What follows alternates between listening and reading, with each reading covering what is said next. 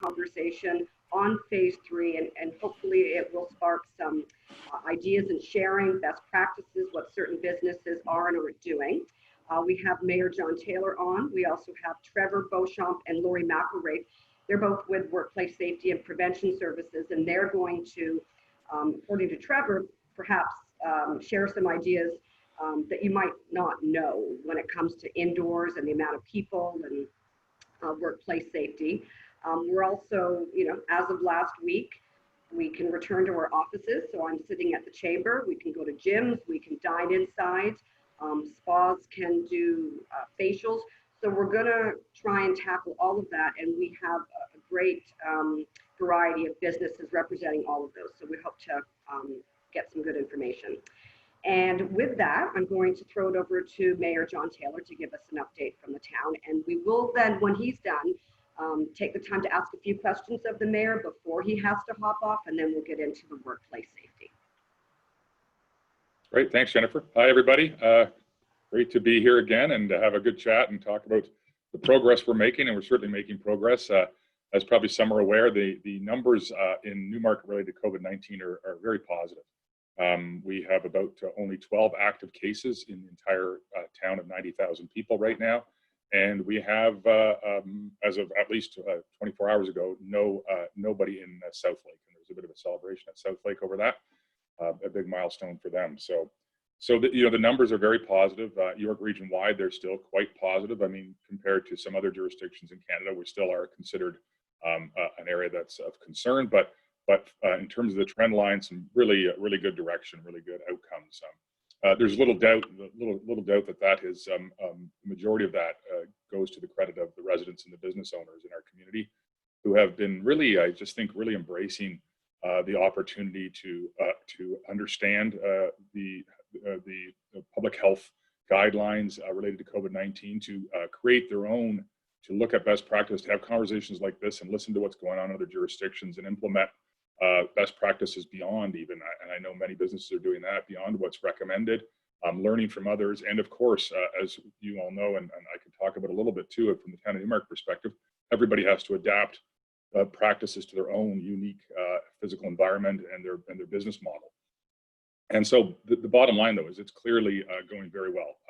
People in the community, well, there is not perfection, and I get emails every day from people who are spotting imperfections in behavior and approach to social distancing or mask wearing, etc.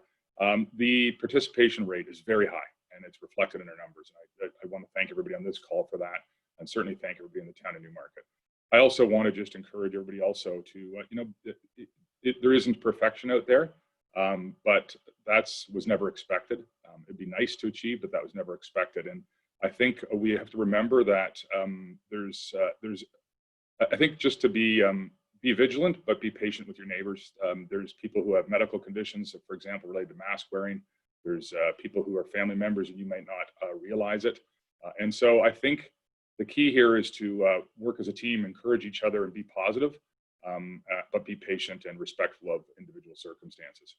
And so I think that since the mask wearing has been mandated, we've seen a significant uptick in mask wearing. I would suggest that we've already exceeded, and I suspect we'll get a more scientific analysis today at Regional Council from our medical officer of health, but I suspect we've already well surpassed the 80% goal. Our goal was higher than 80%, but 80% is the scientific standard where they believe that mask wearing will start to have a significant impact on the potential second wave.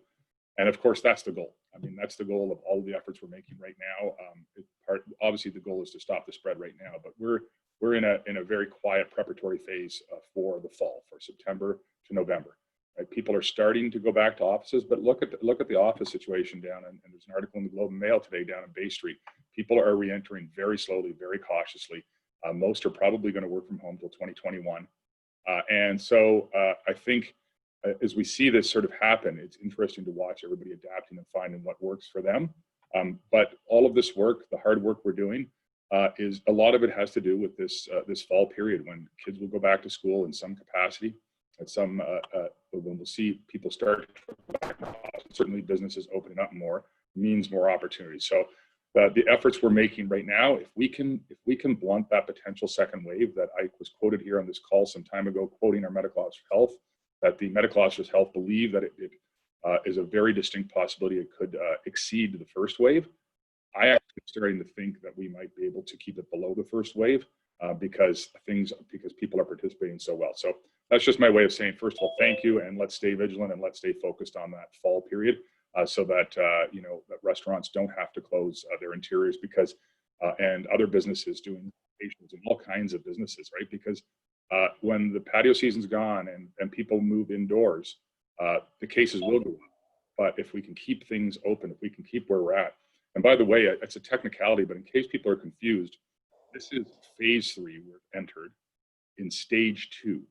So if you go to the provincial documents, they have 3 stages and 3 phases, which can be very confusing. But we're in stage 2, phase 3. So when you think about it, and that's just my way of saying too, people often think, well, we're at the end, we're there. We're at stage 3 of phase 2. There's still a 3rd phase to go. Right, so we've got a lot of work ahead of us still in the fall and into the spring as we anticipate a vaccination, and then we'll have many more interesting discussions and debates about vaccination, I'm sure. But we'll take it one step at a time because I'm not mentally ready for that one yet.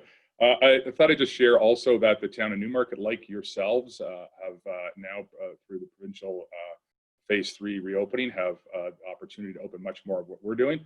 And so we're doing that, but like you and like the province, we're moving in a very patient manner, putting safety first and making sure we're prepared in the way we feel we should be. So I did take a little bit of heat this week about the fact that all the playgrounds, I don't know how many there are in town, 30 or 40, were not open within 24 hours of permission to be open.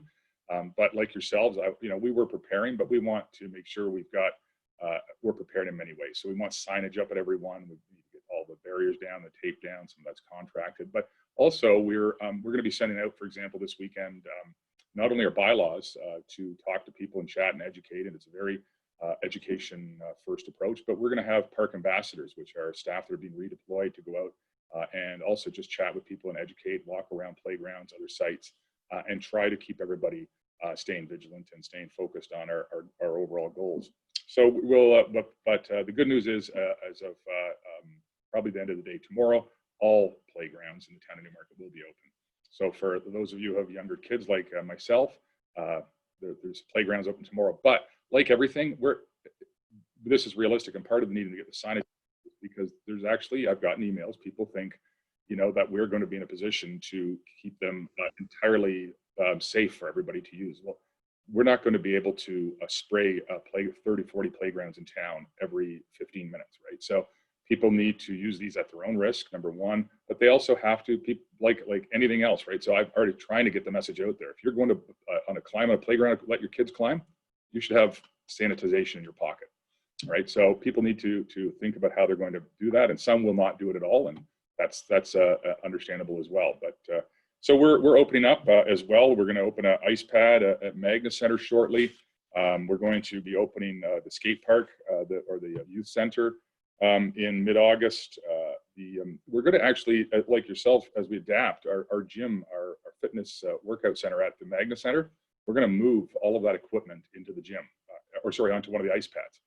So one of the ice pads will become a very socially distanced fitness center. If you remember over at the Magna Fitness Center, that's how we're going to operate that and try to move that forward. So I could give you many more details. We're moving things forward. Some we're not. We're still a little bit hesitant. I might even get some.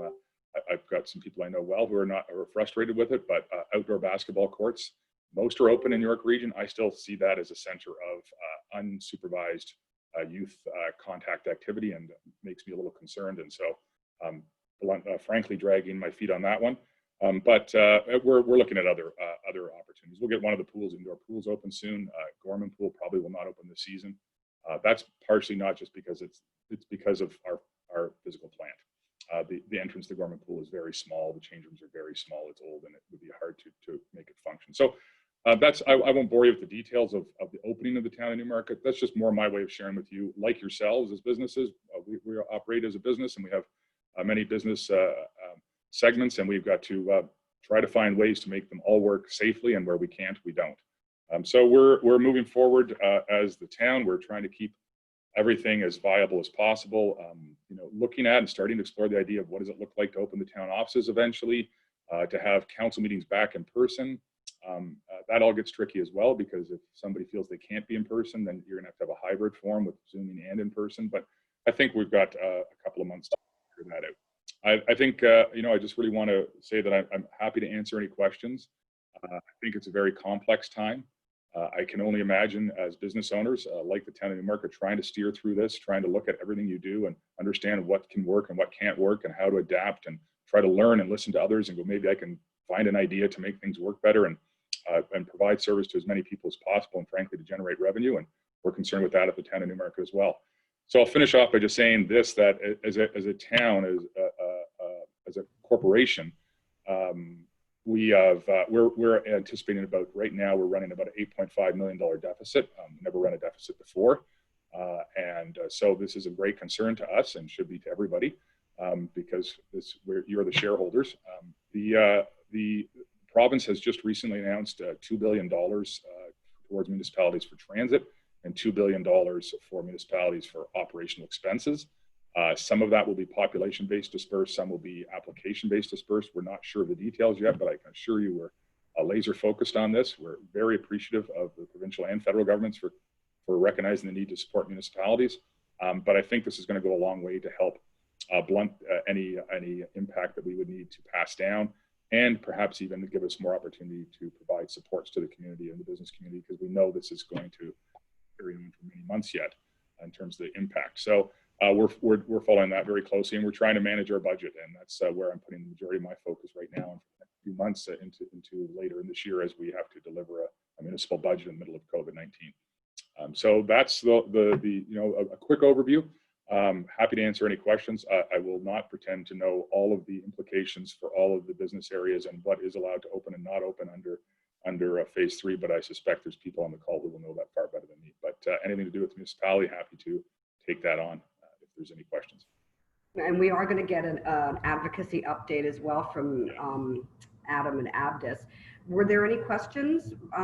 As I said, we only have Mayor Taylor for about another 5 minutes.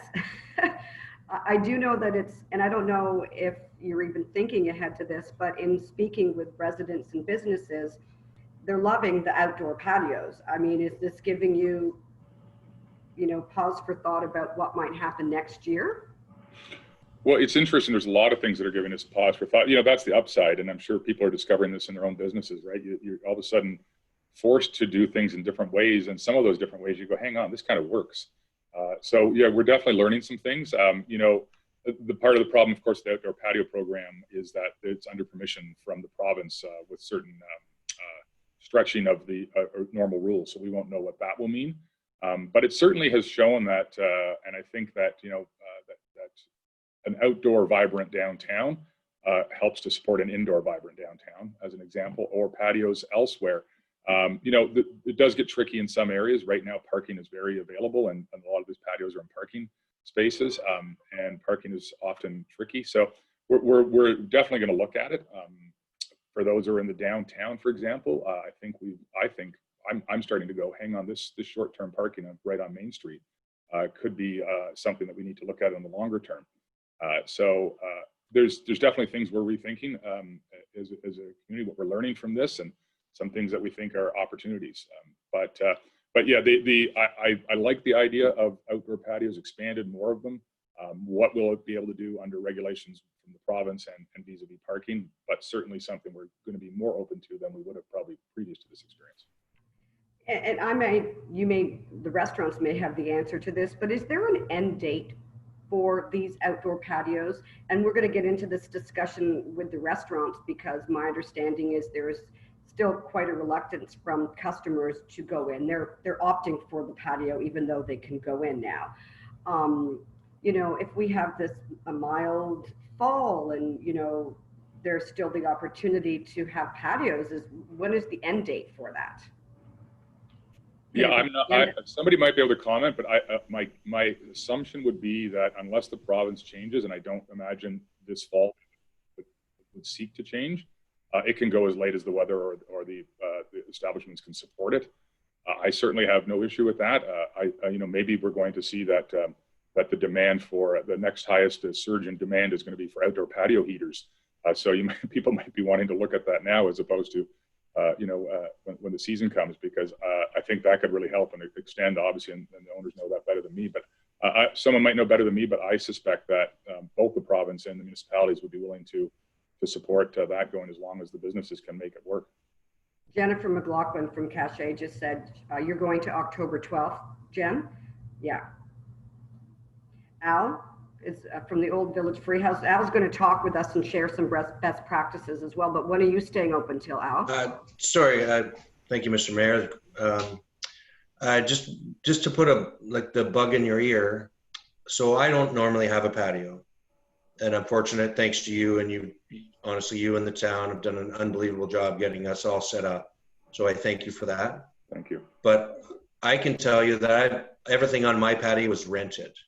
So I'd like to have a discussion at some point about maybe rolling that rent into purchasing all the tables and chairs that I've rented for the season. Mm-hmm. So if we can maybe make a plan, and maybe through the BIA, which obviously I'm the vice chair of, but it would be nice to have a conversation about maybe rolling my rental into maybe just purchasing all the stuff I have. If potentially we could do this next year or for an ongoing period of time. Okay. So I know, and I'm one of the few people in town that don't have a patio, as you know. So I just want to just put that bug in your ear. Like, I could probably purchase these tables that I have and chairs as a roll into my rental for the next coming year. And we don't know where we're going to be next year at this point anyways. So if we can make some sort of arrangement that, sure, let's continue this, because I'll condone every single patio you've done in Newmarket, because I think they all look amazing right across the town. Like, I think it's been fantastic for the town. So I'm a big fan of it all. And I know there's lots of talk about closing the streets, like Main Street and stuff, but maybe we should look at maybe a shorter term plan. Maybe we'll just push back the closing of the street and go to this next year with the uncertainty of COVID-19. We don't know what's going to happen, right? So if we roll into, we roll into December and we could get some sort of second wave, that may roll in right into next summer again. Yeah. So, that's just the financial side for me. So that's just why I just want to put that bug in your ears. Yeah, we can chat more for sure about it. The one thing I will say is that I suspect that there's going to be a need for consideration of all of these kinds of issues into next season as well. I don't think everybody's going to be roaring at 110% revenue by then. I think there's still going to be a lot of people, a percentage of the population is going to be hesitant to go out even into next year. I mean, the vaccine will be rolling out still, and people will be not on board with that. So I suspect we're not looking at something that's so yeah, that's a conversation for sure we should have. And Jennifer from Cachet, you wanted to chime in there, Jen?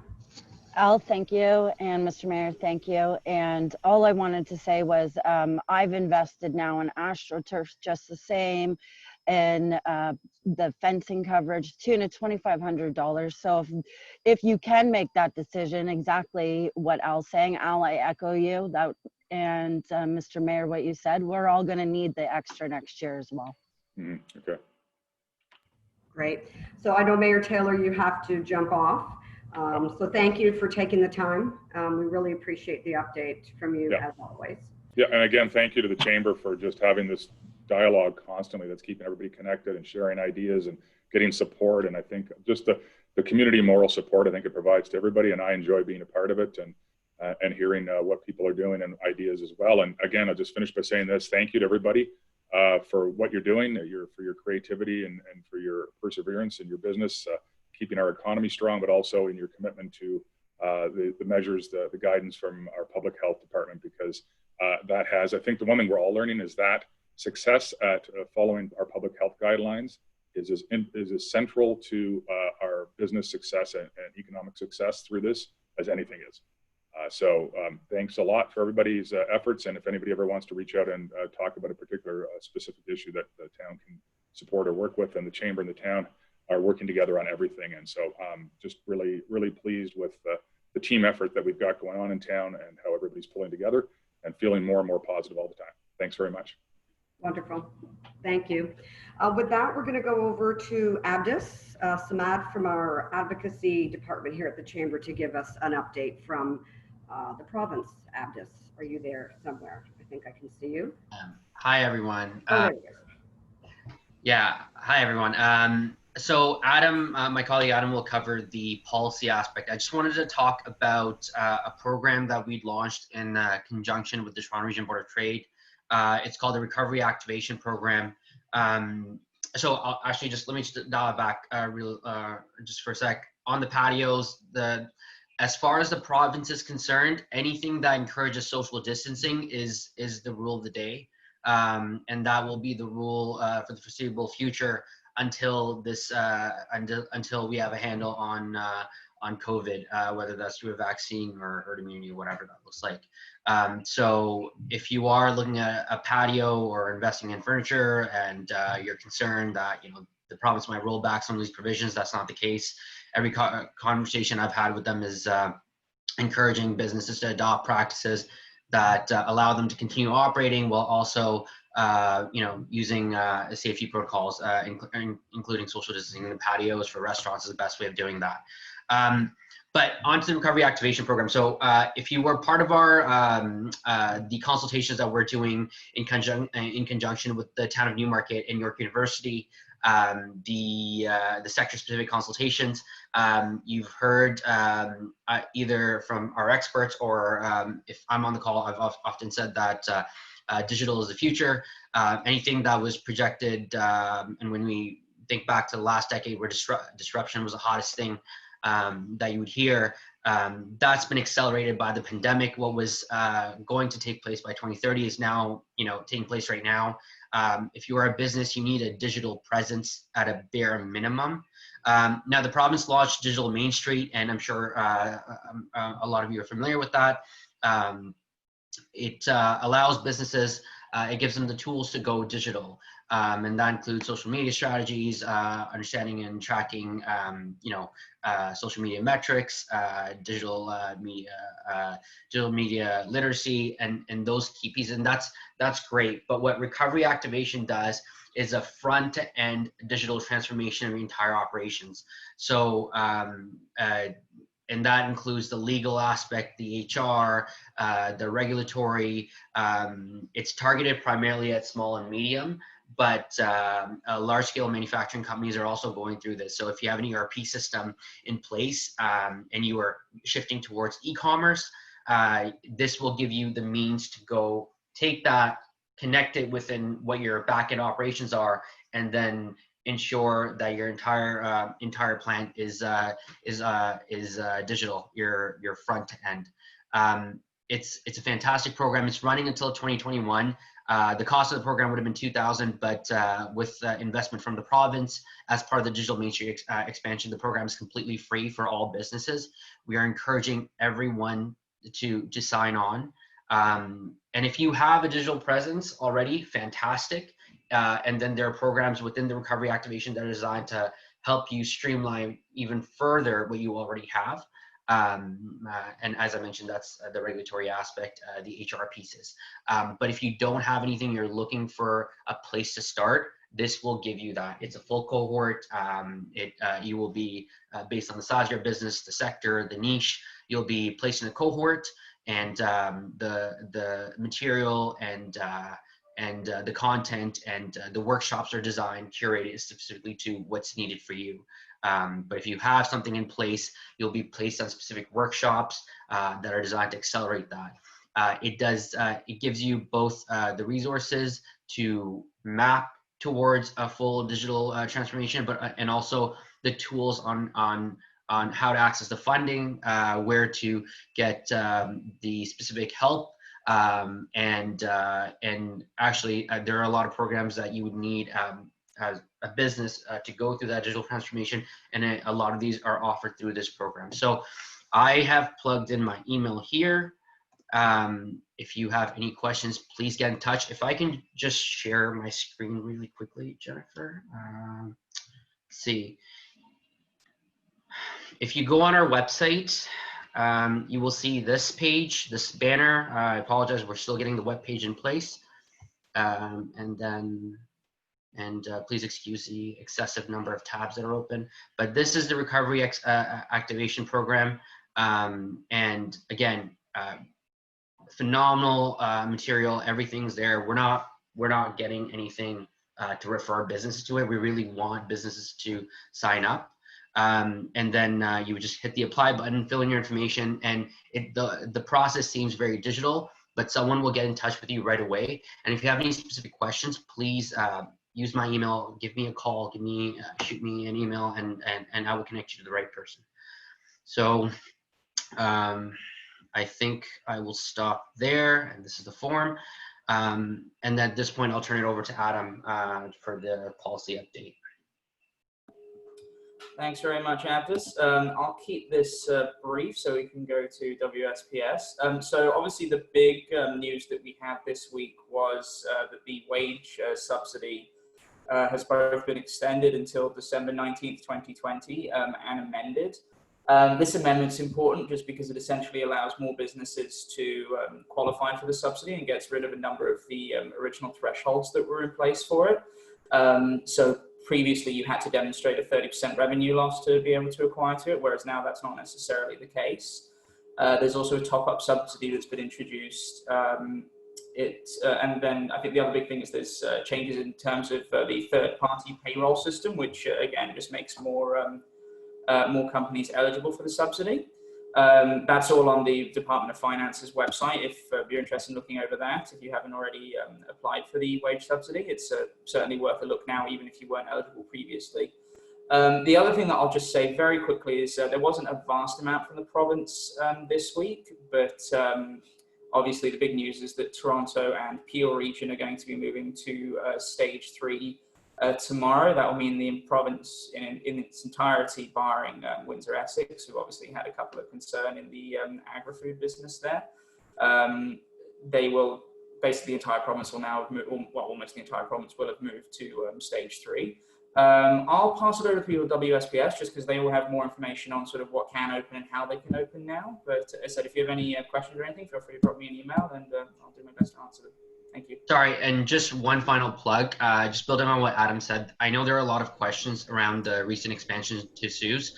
We are going to be working on getting in an expert, actually someone specifically from either ESDC at the federal level or someone from the Ministry of Small Business to explain how some of these, what the expansion work, how the expansion works, some of the nuanced pieces. There's always confusion on every time the federal government makes changes to this, and it's usually clarified down the line, but we know this, you need this right now. So we're working on that. You'll see something within the next week. I'll close it there. Thank you. Thank you, Abdus and Adam. And with that, Trevor is standing by, and I'm intrigued because you emailed me and said you're going to share some points that businesses might not know, but might be pleasantly surprised to find out. So take it away. I hope so, and I already regret that because I wonder if maybe it won't be such a surprise. I'm happy to see that awareness level is high based on the questions I'm hearing already. But what I wanted to do, it's interesting because you know, Jennifer reached out to me fairly quickly after stage 3 was announced, and my first response was, I'm going to need a few days because stage 3 is much more complicated than stage 2 was. And a lot of that is because of the sectors that are opening and that sort of thing. So, you know, a few days later, we kept in touch all week, and I was getting more and more comfortable. I was doing a lot of research, and one of the tough things is, and as health and safety professionals, we're finding it tough. We have access to a lot of resources. I'm having a hard time finding bits and pieces of information, so I can imagine how tough it is for a business. So we've been doing a lot of that with different sources of information gathering and all, getting answers to questions, because as soon as the province announced stage 3, and for example, they mentioned, you know, now you can have social gatherings up to 50 people, there are a ton of questions within that, right? So so I'll try to clarify as much as I can. I've got a few points I wanted to throw out there, but then leave it up more to a Q&A. But what I did say to Jennifer, I said, I'm happy to come on board. I'll have some information. I'd like to think we're going to have some answers to your questions, but I said, as long as the group is comfortable with me saying a few times today, I don't know, but we'll get back to you on that because we do have access to a lot of different people where we can get some questions answered. So we'll try our best to answer the questions here today, but we will promise that we'll take your questions away and do our best to get answers to them if we can't get to them today. So Jennifer mentioned my colleague Lori McElwraith is here as well, so she's going to help me remember any of the questions. I'll ask Lori to write them down if I don't get a chance to write them down myself. But so let me get started. So you know, the first thing I'll start with is the limits on, or the limits going from, you know, social gatherings, indoor social gatherings from 10 to 50. There are all kinds of exceptions within that 50. So, you know, I see a lot of restaurants and bars on here, and I'm not sure if this information is made to you, but that doesn't apply to restaurants and bars. What applies to restaurants and bars is the requirement for social distancing. And so basically what that means is if you've got an indoor space that you can lay out your tables in a way that you can have more than 50 and still guarantee social distancing, you could probably have more than 50. You know, I like the mayor has mentioned the gym. You know, they've got the luxury at the Magna Center that they can take all the gym equipment and put it on one of the pads. Well, that's going to help them increase the capacity on that pad because, you know, you can allow that social distancing. Now, I know it'd be tough, I think, in a lot of restaurants to have that much space that you can go over 50, but I wanted to make that clear that 50 doesn't apply to restaurants and bars as well as a few other sectors. The other thing that it took me a while to finally find this info, that number of 50 does not include staff, because that's a question that came up to me several times. And, you know, I don't know how many people are in the background in a typical restaurant, but I know it's quite a few, right? When you look at your hosts and hostesses and your servers and your kitchen staff, and you know, those numbers can add up quickly. So it's 50 plus your staff. So I think that's should be a relief to a lot of people. Another point I wanted to make with that is that the limits to the social gatherings still might not be good enough for some businesses to open. So for some businesses, 50 might not be enough for it to be feasible. And you know, specifically, they list what's not allowed to open are the buffet style restaurants. So you know, you go to like a Mandarin style restaurant, and you know, 50 might not be enough for them to feasibly open with the number of staff they need to maintain that buffet. What the province has brought in stage 3 is an option to submit a safety plan to the province for consideration, and so that's for businesses who may not be able to open under stage 3, or where it's still not feasible to open for stage 3. So we're aware of a few businesses in the province that have gone ahead and made that application. And mind you, it's your larger places like in Ontario Place has made an application.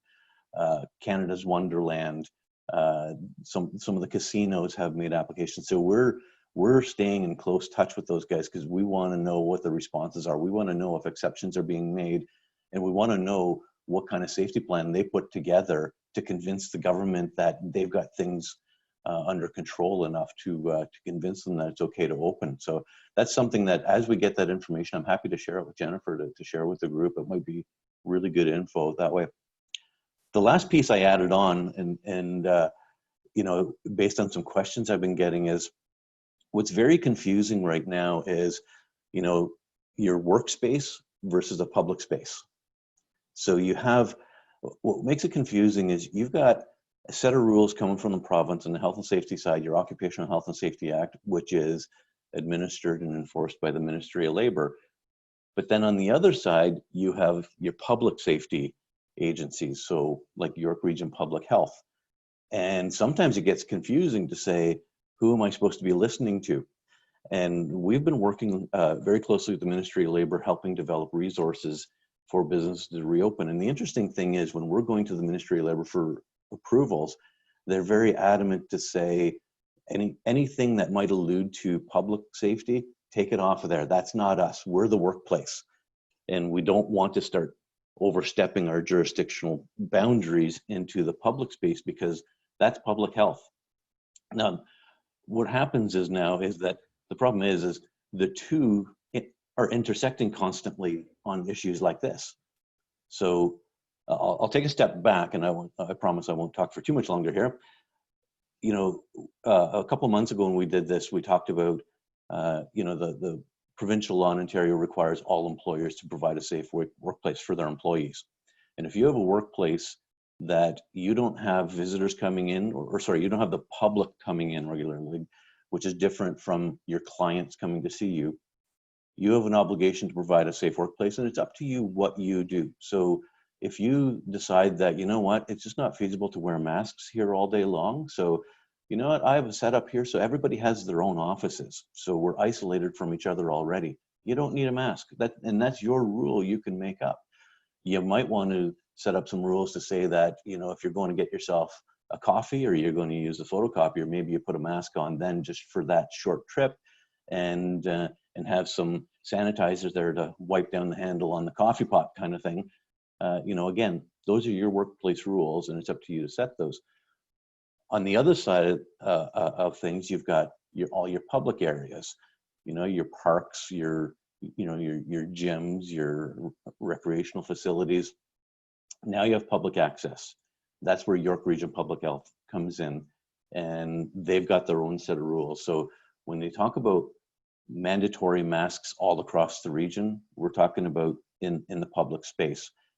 Where it becomes really confusing is when you've got your workplace public coming in. Those are your restaurants and stuff, right? So it becomes really confusing. But the one thing that I keep saying is that, you know, not to say don't worry about enforcement. We should always be worried about the legislation. But, you know, I think it's a good way to sum it up to say if we were depending on enforcement to keep everybody safe, there aren't enough enforcement officers to do that on such a large scale outbreak like this. So it's really dependent on people being proactive and people being smart about what's the best thing to do. The last point I'll make, York Region Public Health put out a really good summary with some Q&As in there. And one of the questions on there says, will I be fined if I'm not wearing a mask? And it doesn't say you're not going to be fined, but it says our efforts are focused on education and prevention and not on enforcement. So the message is that, you know, they're not looking to go out and enforce these things, but it's completely dependent on the public complying. And, you know, it's interesting that I've heard the mayor mention a few times, please don't go and get in people's faces who aren't wearing masks. There could be reasons. It's not a perfect world. We don't expect a perfect world. As a region, the numbers speak for themselves. We're doing a heck of a good job. And like the mayor says, we're probably about 80% compliance, and 80% compliance seems to be doing the trick because our numbers are going down. So on that note, maybe I'll open it up if there's any questions. Well, and I was going to say, Trevor, because we're going to get back to restaurants in a bit, but I want to bring real quick Greg Moulton in from Matrix of Motion, because, you know, that's the gym, and this has been a big topic of conversation and lots of questions. So Greg, you want to hop in here and tell us what you've done or aren't doing? Yeah, it's been a bit of a learn as you go scenario. Similar to what Trevor said, where there doesn't seem to be an awful lot of real specific guidelines as to what to pull from. So we've tried to take just our clients and our members' safety as our #1 priority. So we have spray bottles that are available for every member. We require each member to take a disinfectant bottle with them, and they're required to spray down everything that they touch. Those bottles are then disinfected after by staff to ensure that they are now clean and safe for the next person to utilize. We've restricted our access. So we primarily focus on from a personal training standpoint, but for our monthly members, we do have a booking system put in place now. So it restricts, for the size of our facility, we're allowing 4 members in at one time. So 2 members every half hour. So that way we don't have 4 people coming in all at one time. We're trying to minimize the congregation at the front entrance as best as possible. I think just the congregating side of things, right? Ensuring that there's safe social distancing. And so we're trying to ensure that the flow of traffic is appropriate for the size of facility that we have. And I'm sure this is going to be the case for most fitness facilities, just ensuring that everybody can work out at a safe distance away from each other. Our equipment, our cardio equipment currently has been moved just to allow for that safe distancing. And if there is anything that wasn't possible to move, we've put up barriers in between them Or we've also asked for some of our strength equipment that people use every other piece, and so that you're not actually next to somebody. And again, it's just with that social distancing aspect in mind. We've ensured that periodically throughout the day, we're probably about 3 or 4 times throughout the day, we're disinfecting our high touch points. So our cleaning has certainly increased. Not that it was lacking necessarily before, but we're just extra diligent at this point. And I really think that's the big thing is just adding in the extra effort and making sure that everything stays safe and is appropriate for all of our members' safety. Great, thank you. Al, I know you had your hand up. Did you have a question for Trevor? And then I want to get to what you've done inside your restaurant as well in terms of safety. Trevor, I have a question, may or may not be related to you. I had a visit from the AGCO, Alcohol and Gaming Commission, and he came in, and obviously I've seen the guy numerous times. I have no infractions or anything. He's doing his job. He spent the whole 15 minutes of our conversation talking about social distancing. And I was like, is the social distancing and the setup of my restaurant, is that an Alcohol and Gaming Commission mandate, or is that, like, I was kind of shocked because he didn't talk about all the other stuff he does, like check receipts and look at the liquor room and make sure people had smart serve and all this stuff that he always asks for. He spent the whole time talking about social distancing and making sure, which obviously we are, making sure we were doing our part to stop the spread of coronavirus. So is that an AGCO mandate? That's, wow, that's a tough one to answer because I'd like to say no. You know, your two main regulators in this case are in the workplace. You've got your Ministry of Labor, and then you've got your public health authorities. But at the same time, in a state of emergency, a lot of that changes. I think enforcement powers increase for anybody who is sworn in. I think in a case like that, what's interesting, and I'm speculating now, is that you've got the same messaging going across the province to say we have inspectors going out, visiting the same businesses they normally visit. We're asking you to focus on this, and we're asking you to reinforce these things. So, we've got Ministry of Labor inspectors. You have your industrial inspectors, you have your construction inspectors, and your healthcare inspectors, but you also have your employment. I can't remember the term now, but your employer rights type of inspectors that are out there looking for this stuff. And that's traditionally more of a health and safety inspector. But they're all going out there not with an enforcement mandate. It's from an education mandate. So I can't speak on behalf of the AGCO whether they're doing that, but I do know with Ministry of Labor they're doing it. We're also working with the Ministry of Agriculture because one of the biggest concerns still is the agricultural world, especially the meat processing business. And we're working closely with the OMAFRA, or Ministry of Agriculture inspectors. And again, they're not going out and doing their traditional, well, they are doing their traditional inspections, but with a heavy focus on prevention of COVID. So not sure if that answers your question. Most of the enforcement agencies have made statements in one way or another that they're not looking to enforce, they're looking to educate. But when they say that, you can't deny the fact that they still have the ability to enforce, right? So.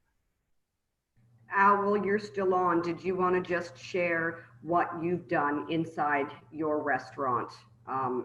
You did it before you were even putting your patio up. So yeah, so I was ready a couple of months ago because I sat there in the restaurant by myself doing takeout for months. So all I did is watch CP24 and CNN and see what's going on in the world.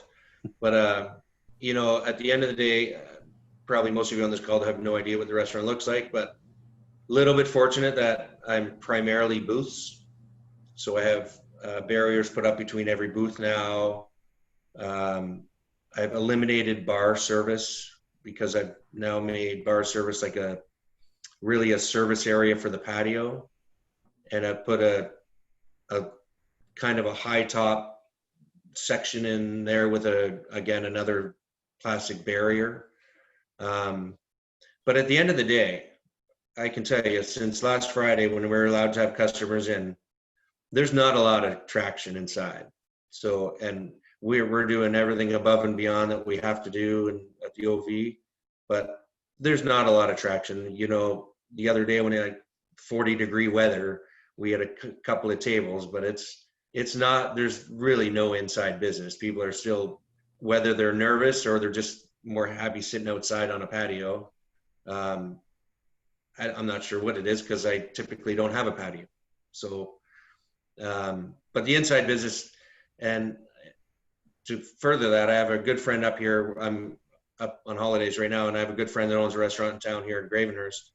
And she was open a week earlier than me. So I called her after the first week and I'm like, looks like we're opening this week. How's your business going inside? And she's like, nobody's going inside. So even in a town that's got, I don't think they've had one case up here in Gravenhurst the whole time this has gone on, people are still not going inside. So it's not, as much as it's good, and Mother Nature's been super fortunate, she's been really good to us. There's just, the weather's been amazing. So we haven't really had any rainy days that people can't sit on a patio. Mm-hmm. We've had moments, but not full rainy days. And since I've opened the patio anyway, so I find it interesting that the inside, as much as we're doing inside, there's really nothing going on inside. And I wonder if that's just, we were talking before this, Al, like if people are just enjoying the weather so much, or, you know, it's just still going to take that much more time for people to feel comfortable, which I'm going to pull you and Jen McLaughlin from Cachet real quick, you know, behind your decision not to open up inside. And I know you're not the only one. I think Joy is doing it, you know, till April 2021, you decided.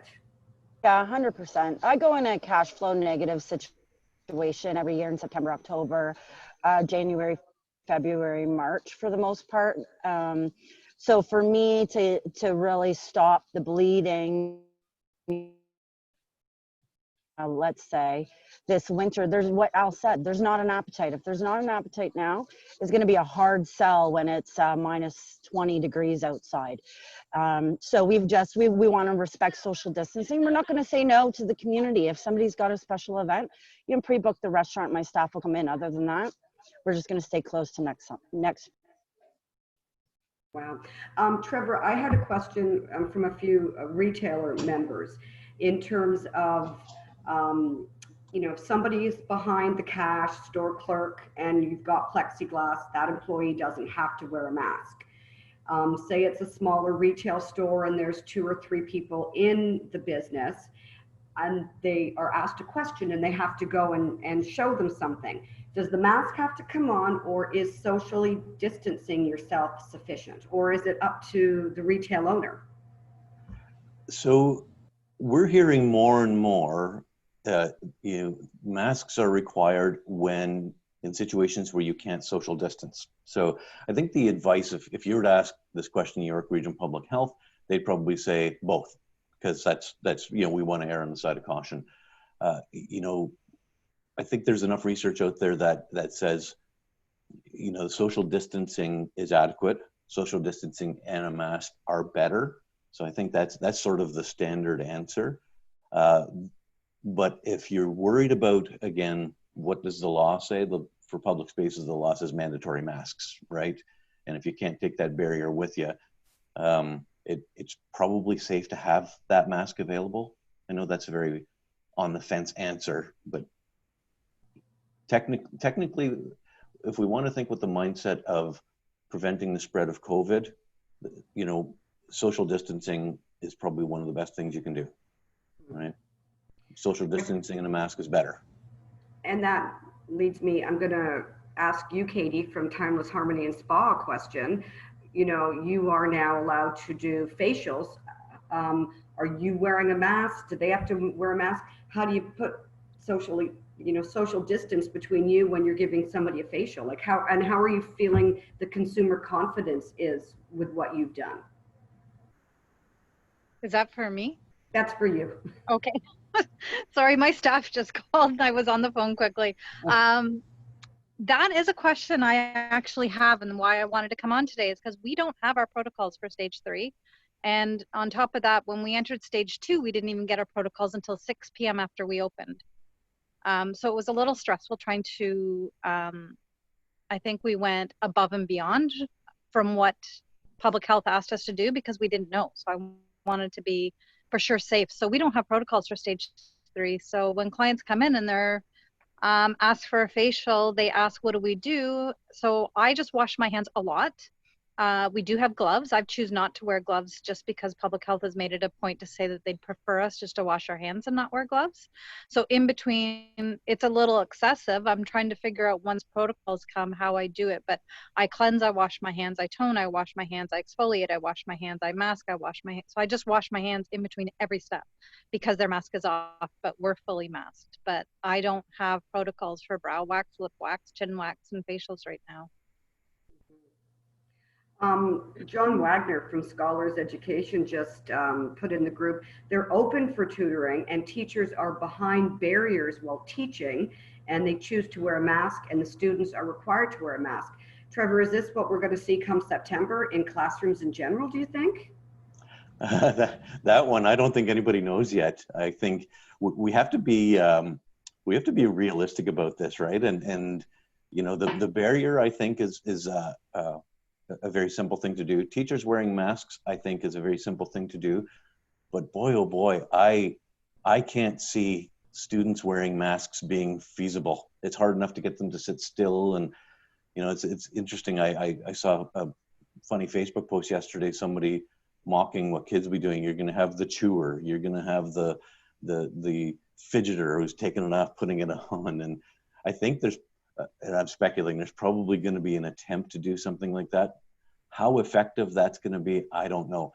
I think what's more important, though, and I want to go back to, you know, like the salon example, washing your hands constantly, I think is essential. And we talk about, you know, we talk about the hierarchy of controls.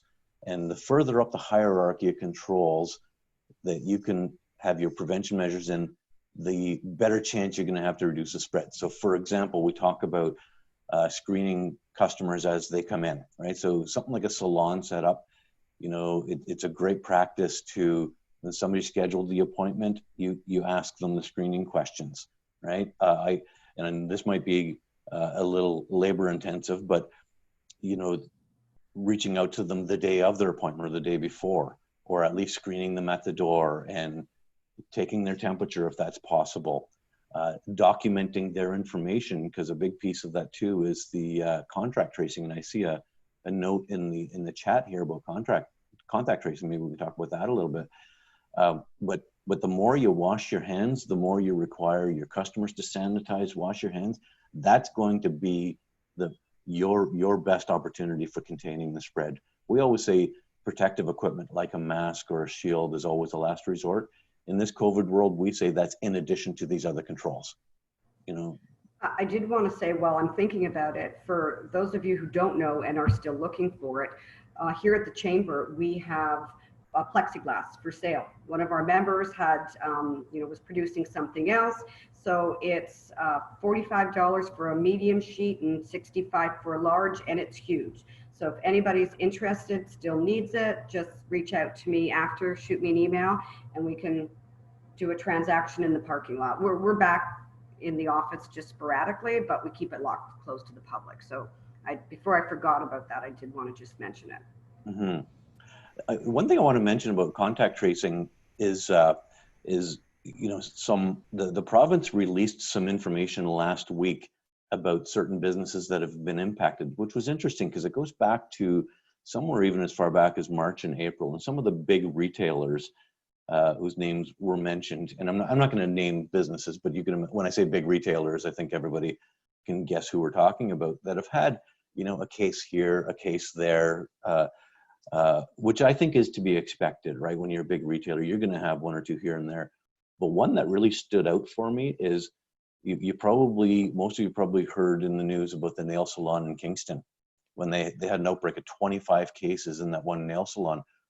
But what was more concerning to me is the way it's listed in this email I got was, 25 cases at the nail salon. listed below it, a couple cases at a restaurant in Kingston, in brackets, linked back to the nail salon, a case at a local golf course, in brackets, linked back to the nail salon. And it really paints a picture of that spread to say, if you have one place that, you know, has an outbreak like that for whatever reason, the impact to the community is huge, right? So it's important. And I wonder if we'll see more information from the province like that, starting to demonstrate the impact and how far down the chain it goes. Mm-hmm. Interesting. We've only got a couple of more minutes left. Are there any questions from anyone there for Trevor specific to workplace safety and prevention? Or does anybody have something that they'd like to share that you're doing in your office or in your retail outlet that you think, you know, other people could learn from? No questions? Jack Inouye from York Curling Club here. Just got a question about if somebody knows with regard to sports leagues. In the framework, it says that you can have a sports league up to 50 participants, and there's some question whether you can join multiple sports leagues. Like if somebody's a curler, curls in a league here at the curling club, can they also have a 50 participant hockey league that they're participating in at the same time? Because it sounds to me like they're just trying to control your social bubbles to 50 people. So does anybody have any insight into that? Trevor? That's an interesting one. I don't know. That'll be my first I don't know. I'll get back to you. I don't see a reason why. I can't see them putting restrictions on that to say you got to pick between curling or hockey. You can't have both.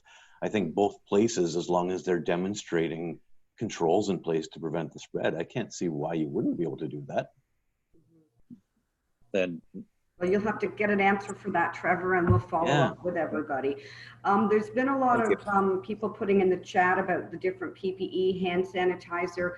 Another reminder, if you haven't already let us know, if you do carry something, send myself an email. We update the list on our website, on our COVID-19 page with all the businesses that are offering it.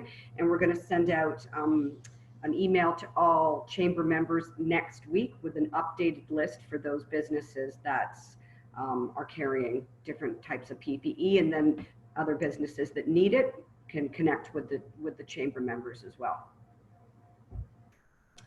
So I think with that, if there are no other questions, I just want to say thank you to everybody. Al from the Old Village, and Greg, Matrix in Motion, of course, Trevor for giving us all that incredible information, and for everybody else who joined in on the conversation. We hope that it was helpful and sparked some thoughts and ideas, and it was really nice seeing everybody's face today.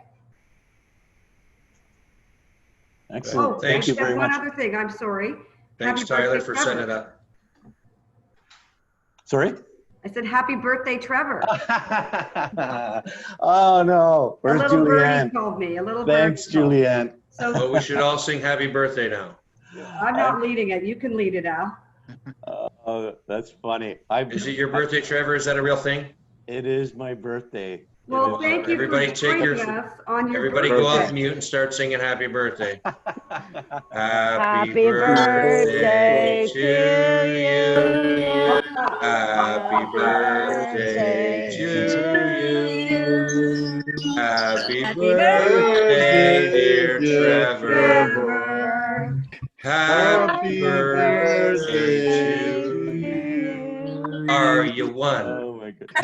Are you two? That is awesome. Bye. Oh no, I do that for my kids. Never mind. Have a fantastic long Thank you. weekend, and enjoy the patio. We'll see you next time.